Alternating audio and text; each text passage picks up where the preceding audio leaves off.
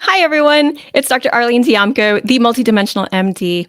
And as always, my mission is to bring back an intuitive aspect to health in practical and tangible ways so that you can access deeper healing and more peace, love, and joy in your everyday lives. Today, I wanted to talk about flooding because each week I sit and I meditate and I reflect on what's come up for this week. What have I seen in my life, in the lives of my patients and friends and colleagues? And if something has come up several times, then I figure it's something that other people could benefit from talking about as well. So today I'd like to talk about flooding and what that is, what it feels like in the body, what you can do to help yourself, what you can do to help a loved one, and what you could do to perhaps prevent flooding in the future. So, I used to feel these episodes of flooding where your senses are just overwhelmed, you're not sure what to do. I used to feel like that more often when I was younger. Even when I was in elementary school, it would just be like a panic attack episode where everything kind of fuzz out, you didn't know what to do. And my parents weren't really sure what to do with me. But over the years, I've learned to address my own emotions, address what I'm feeling and what I'm going through. So I don't really remember the last time I felt flooded. Even if there's something really big that happens, I'm able to coach myself through it now. So I'm going to share things that I do for myself, so in case that helps you too. And this relates to health in so many different ways. It involves the nervous system, it involves your body, and it involves your mind, your emotions. So you'll see all these layers of health as we talk about flooding. So first of all, let me talk about more about what does it mean to be flooded. So emotional flooding is the body's response when feeling overwhelmed by physical and or emotional feelings and sensations. The body basically goes into shutdown mode to reduce the intensity of both the physical and emotional feelings. It's too much. So your body helps you out. It receives that message that this is too much for me. And your body goes into shutdown mode. And that is flooding to reduce the intensity of what you're feeling so that you can go through it. It's a coping mechanism, but staying in a flooded state is not it makes you feel stuck, like you're not able to like move with the flow and have that resilience. So it's being able to learn how to address what is going on for you. And there is literally, when you're feeling flooded, there's literally a flood of stress hormones like adrenaline, cortisol running through your body, which leads us to what does it feel like to be flooded? You have that adrenaline pumping. So you are having this, it could be a fight or flight response, or it could vary and oscillate from a fight or flight response to this feeling of intense anxiety to that fight reaction of anger and irritability. Or it could be more of a flight reaction of withdrawal. And you can go through kind of oscillating feelings of this. So it may not feel like or look like that it makes sense. Again, you have this sympathetic response. Your heart rate can go up. Your breathing tends to be rapid. It sometimes can be irregular. Vision and hearing can feel kind of spotty or hyper focused with this feeling of tunnel vision or tunnel hearing. You're not taking in everything. Remember, your body's going into the shutdown mode where it's trying to reduce the intensity of what you're feeling so that you can handle it. You're feeling overwhelmed. So it tries to bring things down, like turn the volume down for you. So you might experience tunnel vision or tunnel hearing. You don't notice everything. You just notice one thing that might be bothering. There can be tears. There might not be tears. You can feel shaky. You can feel hot and sweaty. Your mouth might feel dry. You might notice, little bits of these things. Just even when you feel anxious, so it doesn't have to be completely flooded, but you might just feel an overwhelming response of this when you are flooded. You have this increased tension in the body, and it can feel like almost frozen, or it can feel like a turtle holding up in its shell. You don't know what to do. You don't know how to move. You're having a difficult time sorting through all of the sensations physically and mentally, emotionally. So mentally, you're having a hard time focusing and it feels really scattered. So it can have that kind of ADHD feeling. You may feel less aware of the body, and that's actually kind of that's one of the typical identifiers of feeling flooded, that you're feeling ungrounded. So you're less aware of your body, and you may not be able to say how your body feels because you are flooded. That's by definition like flooding. You might feel like you want to escape. You might feel this pit in your stomach. Your throat might feel constricted, or you may not be able to verbalize any of those things. So then that moves us to, well, what can you do if you feel flooded? So this is about getting yourself back into your body in a way that is not overwhelming. So think about what little kids do, because when you see what little kids do, they often like flow through things, and they're able to move through things with more resilience and flow. They can have a big full on tantrum, and then after that they can be happy and they're not angry at you anymore. And then you're looking at them like, what just happened? They were angry and they're yelling and they're throwing things. And then all of a sudden they're happy and giggly and uh, just going through all the emotions so quickly. And that is really startling for adults to witness. But I like to look at kids to see, like, what can we do with that flow? Good morning, Nomad. Um, your question is like, does the lizard brain take over? Well, in a sense, um, we can sometimes describe like the brain like that, but it's an oversimplification when we call it the lizard brain. But sure, this overwhelming sympathetic response where you don't have like this conscious awareness and control over yourself, your thoughts, and things seem to be on autopilot mode. So there's a shutdown of like higher conscious awareness and functioning. But back to thinking of when kids have a tantrum. So you can use that as a reminder to, what can I do if I feel like I'm flooding? Because there's so much being held in and it's not being allowed to process. So sometimes I'll just tell people to stomp their feet on the ground, to really just stomp it, and you can feel the bottoms of your feet. That helps to ground you, helps to bring your energy down. And you can even just bring that out into a whole shaking out dance, like a kid having a tantrum. So sometimes I'll demonstrate for people. So I'll stand up and do that for you just so you can see what I mean. So if you want to do a whole like shaking out dance, it would be just like, like as if you're a kid having a tantrum. I know you can't do this everywhere, but if you can get yourself into a environment where you feel okay and safe, and just literally stomp it out or just shake it all out, and it doesn't have to make any sense. It's just let your body express what you're feeling, that what you can't put words to put into the movement, that feeling of overwhelm. So that helps to bring you back into your body. That helps you to bring more awareness into your body. That helps to ground you so that you're not dissociating. That's dissociating is part of what happens with flooding. Like you're ungrounded. You're getting out of your body. So you can also purposefully tune into each of your senses. Now, remember, when you're flooded, it's hard to have awareness of your body. So that's why I do the tantrum dance or shaking out dance.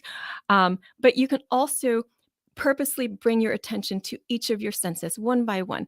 Maybe it's just tasting something or eating something, reminding yourself of what it feels like to be in your body. Maybe sipping on water with a pinch of sea salt, that can help to ground you and hydrate you. You can also notice, what do you hear? Sometimes you have that tunnel vision, but just describe for yourself, what do you hear? Because the fact that you can hear something, at least you're not completely dissociated. You have some sort of connection to your senses. Notice, what colors do you see around you? What shapes and objects are around you?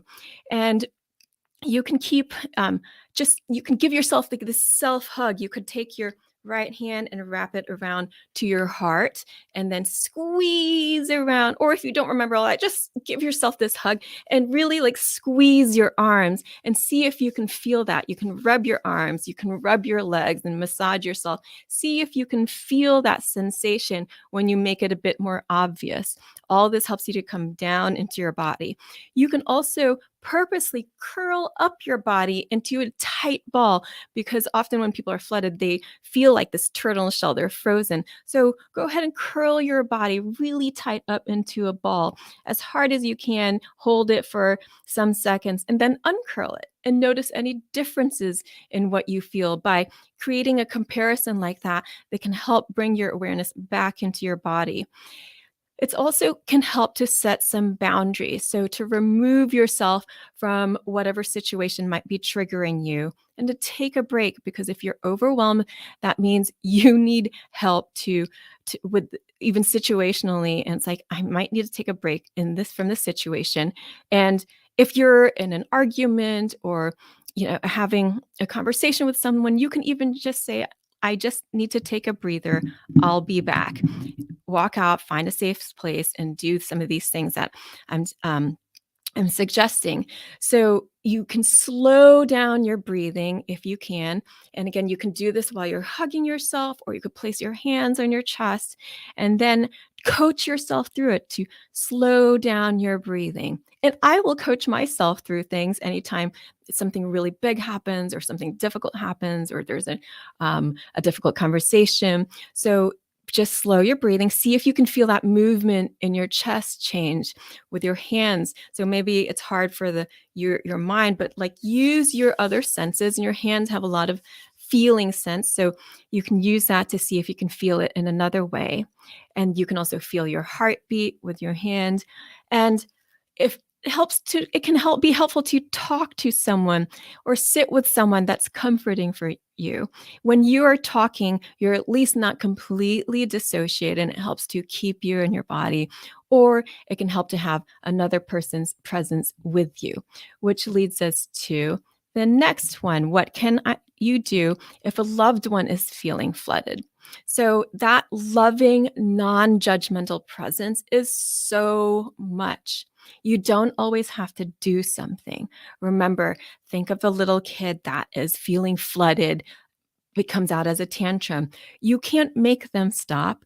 You can't physically, I mean, you could physically hold them if they're trying to hurt themselves, but you can't make them stop trying to do their tantrum dance. But you can have a loving, non-judgmental presence that says, with your presence, with your consciousness, I love you.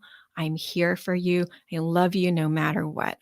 So practice this active listening with gentle eye contact. So you don't want to be staring at them because they're already overwhelmed with stimulation. So a gentle eye contact, which is a relaxed gaze.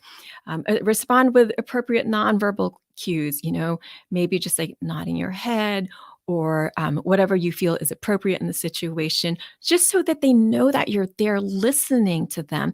Sometimes when you're feeling really vulnerable and you're revealing something to someone, it's so helpful to know that they're listening, to just get those feedback cues that, hey, I'm here. I'm not saying things because I want you to tell your story, but I'm listening. And sometimes if someone is not looking at you, or they're not giving these nonverbal cues that they're listening, it's hard to tell if you're being heard or not. So you can think of it from both sides to decide how to handle a situation. And while they're speaking, while your loved one that is flooded is speaking, if they are speaking, then just withhold any judgment and don't give any advice unless asked, or if even if non-verbally they're like, help me, help me. So sometimes your presence will be enough. Just sitting them can be enough so that they can let these waves go through and they can settle with time. And your presence is this beautiful giant nest that they are able to kind of process and work through things with. And then you can also consider, if it is a loved one and this is an interaction where one of you is feeling flooded or not, just consider, do either of you tend to avoid or store up talking about difficult topics? Because this is when flooding can occur. It's like if you store up things and it's just so much, it becomes overwhelming, and then the top just sort of like explodes off because you can't handle it anymore. And then you get the flooding response. So that leads us into, how can you avoid flooding in the future? Well, it's about being really gentle with yourself, practicing a conscious awareness, non-judgmental awareness, a loving awareness with yourself, an awareness that tells yourself you love yourself no matter what you're going through, no matter what you're thinking, experiencing, have gone through. So practice gently talking about or journaling about difficult topics or issues. And you can start with just regular things, and then over time just start with like little problems, things that seem to bother you, and reflect on them. Journal, just stream of consciousness journal. You don't have to read it again. You could shred it, you could burn it, you can toss it out. But just it's just an exercise to get you bringing your loving awareness, non-judgmental awareness back to yourself. And breathe while you're reflecting on any issues, because the breath will help to provide that flow. So, with the body too, get some regular exercise, because the movement helps to provide some flow. So, when you're feeling like a turtle in your shell, gentle movement to get you going. And of course, eating well and avoiding putting things in your body that will inflame you and make things feel more stuck and increase tension in your body. So if you eat healthy and more balanced way, then your mind and your body will respond to that and be less likely to flood. Because if you eat in a way that overwhelms you, see, your bucket's already so full, so it doesn't take much to top it over and be flooded. And surround yourself with people that are supportive of you no matter what. And if you're not sure who those people are, start with being that for yourself. Or if you are, love animals, if you have a pet, then give your pet some attention, and feel that grounding energy that they have as well naturally. Practice hugging yourself every single day. You can do this in the mirror. In the beginning, it can feel difficult. I remember, gosh, I think it was early in residency when I was in the Bronx and I first started taking yoga classes. And this was an exercise that they made us do, was to look in the mirror and feel a non-judgmental, loving awareness for ourselves and be able to like hug ourselves. And the first time I had did that mirror practice, I felt really awkward because I wasn't used to looking at myself in this "I love you no matter what" kind of way. I was used to looking at myself in a more critical way, like, oh, I'm grooming, like, oh, that hair is out of place, or I'm doing my makeup, or what can I fix here to so that I can look better. I didn't have that practice of looking at my reflection and like, gosh, I love you no matter what. Oh, I know you're going through something really hard today, but I still love you. And can you imagine how good that feels? So, yes, you can, and you can start to practice that for yourself. And it feels so good. Just feel in your body. What does that do for your cells? What does that do for your heart center? What does that do to your mind when you say those kinds of things to yourself and mean it? So, that authenticity there. And ask for guidance before you go to sleep. That sleep is that veil between awake and the subconscious. So before you go to sleep, you can tune into your subconscious by just priming it.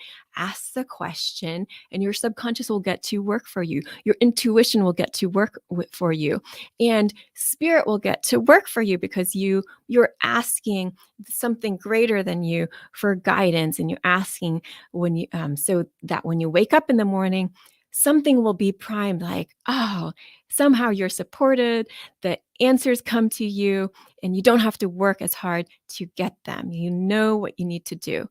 And practice just all these grounding exercises that I mentioned. I actually have an article, which is an excerpt from my book on grounding. So I'll arrange to get that in the next week. If you like a copy of the grounding chart and how to feel grounded in your body, how to feel grounded in your mind, how to feel grounded in spirit, and ways to know if you're not, then just let me know in the comments. And you can also sign up for my e-love letters at allworldshealth.com. I'll be getting that out to everyone in the next month. So just a quick overview on flooding. I hope that helped you in some way. And as always, you can connect with me on Instagram at All Worlds Health, Facebook All Worlds Health and Pediatrics, and my website allworldshealth.com. So I believe in you, and I hope that you believe in you too. I'll see you next week. Around 11 a.m. Eastern time. It's sort of been around 11:30, noonish, depending on how I can work it into my life. And I've had to have some flexibility because so many things have been going on. So in order to keep showing up for you, I decided, let me give myself some grace and I will show up for you. But if the time is not exactly on time, then I will still get out here and still talk to all of you because I really love to. If you have any questions, leave them in the comments and you can connect with me in those other ways. Lots of love to you. I will see you next week on another episode of the Multidimensional MD. It's Dr. Arlene Diamco. Have a great rest of your week.